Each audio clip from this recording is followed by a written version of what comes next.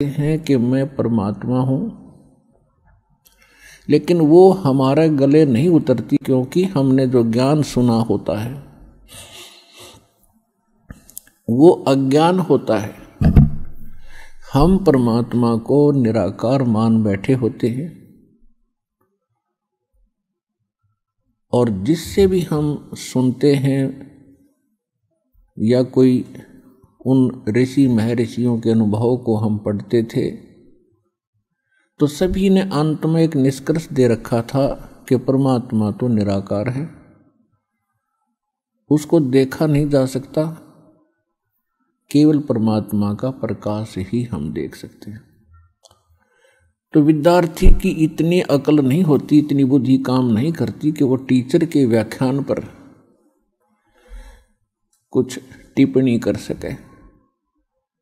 यानी श्रोता जो होते हैं वो जिनको गुरु मान बैठे हैं और उनके द्वारा दिए गए प्रवचनों पर वो अविश्वास कभी नहीं करते, ये स्वभाव होता है। और अविश्वास करने का उनके पास कोई पैमाना भी नहीं होता जिससे वो ये कह सकें कि नहीं गुरुजी आप ऐसे नहीं, ऐसा हमने पढ़ा है।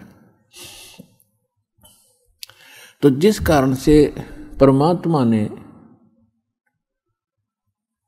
अपने आप को एक गुरु सतगुरु के रूप में ही अधिक पेश किया। यदि गुरु होते तो वो गुरु रूप में आए परमात्मा ही होते हैं। तो यहां परमात्मा इसलिए कह रहे हैं कि गुरु गोविंद दोनों खड़े, और किसके लागू पाए, बलिहारी गुरु आपना जिन गोविंद जो मिलाए। यानी गुरु रूप में परमात्मा ही हो सकते हैं, और बाकी जो गुरु हैं वो तो अलग बात है। कोई मोटरसाइकिल चलाना सिखा देता वो उसका गुरु हो गया, कोई गाड़ी चलाना सिखा देता उसका गुरु हो गया, माताएं अपने बेटियों को रोटी पौना सिखा दी वह उनकी गुरु होगी। तो ये गुरु अलग हैं, और अध्यात्म जो गुरु है रियल में हमारा वो गुरु है। तो अध्यात्म ज्ञान यहाँ नहीं था, और जो सदग्रंथ थे उनको हमारे गुरु जो बने हुए थे यहाँ नकली, वो समझ नहीं सके। इसलिए परमात्मा स्वयं आते हैं, और फिर वो कहते हैं कि गुरु गोविंद दोनों खड़े,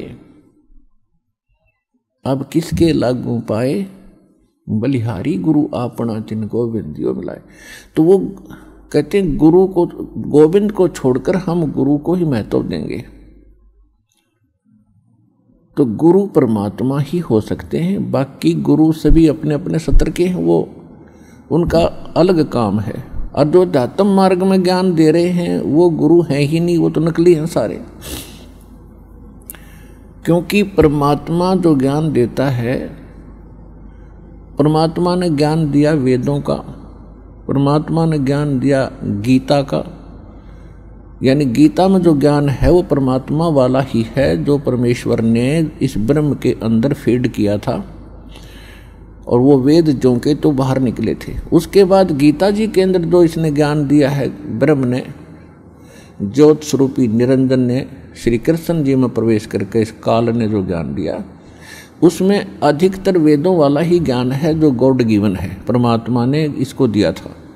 उसने कुछ अपनी अटकल इसमें साथ जोड़ी हैं, तो वो हमारे काम की नहीं है।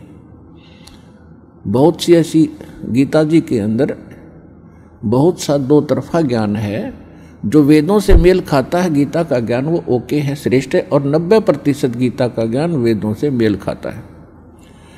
तो कहने का भाव ये है कि जो गुरु हैं वो आज तक ना वेदों को समझ सके, ना गीता को समझ सके, हमारे जो धर्म गुरु थे, और न ही पवित्र इन पुराणों को समझ सके। तो इस कारण से परमात्मा स्वयं आते हैं और वो ही गुरु होते हैं, और जो गुरु हैं ही नहीं, नाम बेशक गुरु का उन्होंने रखा हुआ, और हमने बेशक उनको गुरु मान रखा है, वो गुरु नहीं थे। तो यहां परमात्मा ही आकर हमें ज्ञान बता रहे हैं। सतगुरु के उपदेश का लाया एक विचारे, जय सतगुरु मिलते नहीं तो जाते नरक द्वार।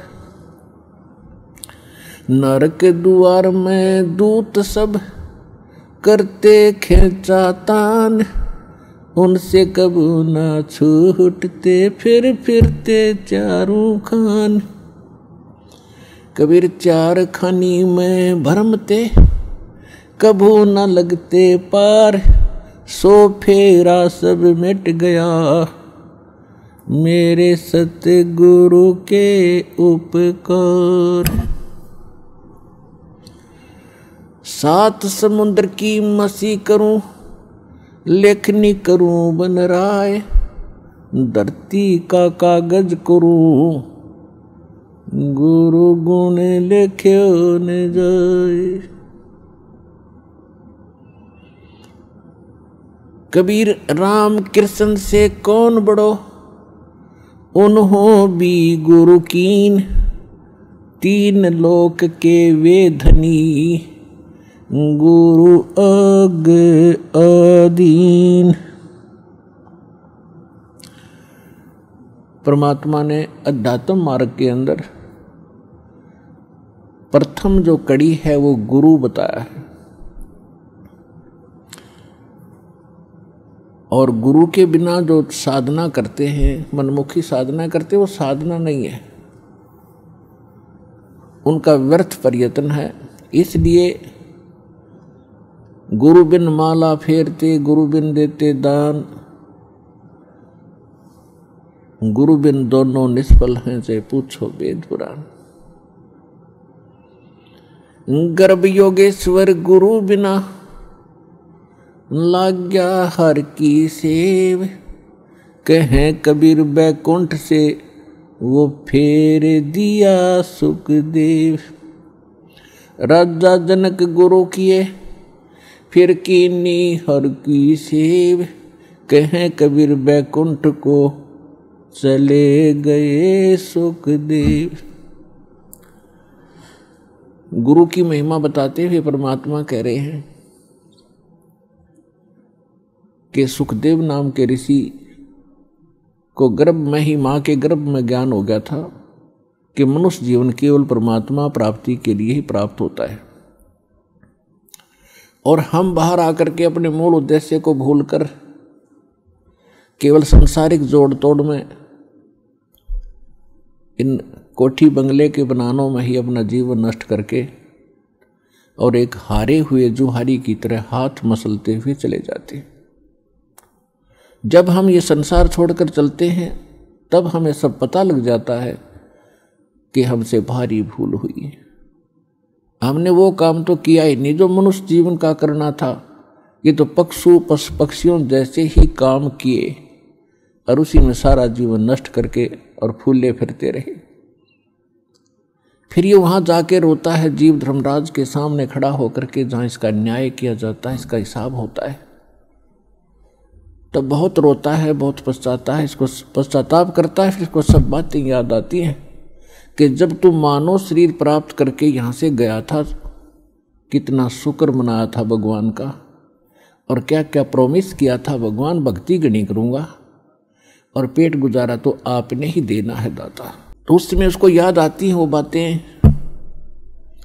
पौ फाटी पगरा भया जागी जिया जून, सबका हो को देत है वो चोंच समाना चून।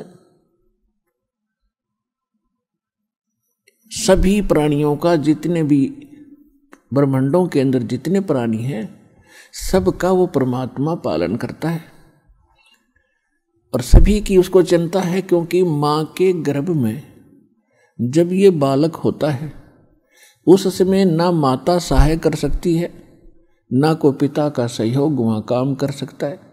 तो वहाँ पालन कौन करता आपका, वहाँ आपका सुरक्षा करने वाला कौन था? तो वहाँ भी उस परमेश्वर ने ही आपकी सुरक्षा की, आपका पोषण किया। चाहे जुगाड़ कुछ भी जोड़ा उसने, कोई तरीका बनाया, माँ की नाभि से आपकी नाभि जोड़ दी और आपका शरीर पुष्ट हुआ। और माँ के गर्भ में आप बहुत दुखी होते हो। ऊपर को पैर होते हैं, नीचे को सिर होता है, और बाहर आके आप भगवान भूल जाते हो। कबीर साहब कहते हैं, दुख में सुमरण सब करे, सुख मुकुर ना कोई। जय सुख में सुमरण करो, तो दुख कहे को होए। परमात्मा याद दिलाते हैं कि जब तुम पर आपत्ति आ जाती है तब तो भगवान दिखाई देता है, और जब तक तुम्हारे पूर्व जन्म के संस्कार ठीक होते हैं, आपके पुण्य चलते हैं और आप अपने आप को सुखी महसूस करते हैं। वैसे तो यहाँ सुख है नहीं, हम झूठे सुख को ही सुख मान बैठे।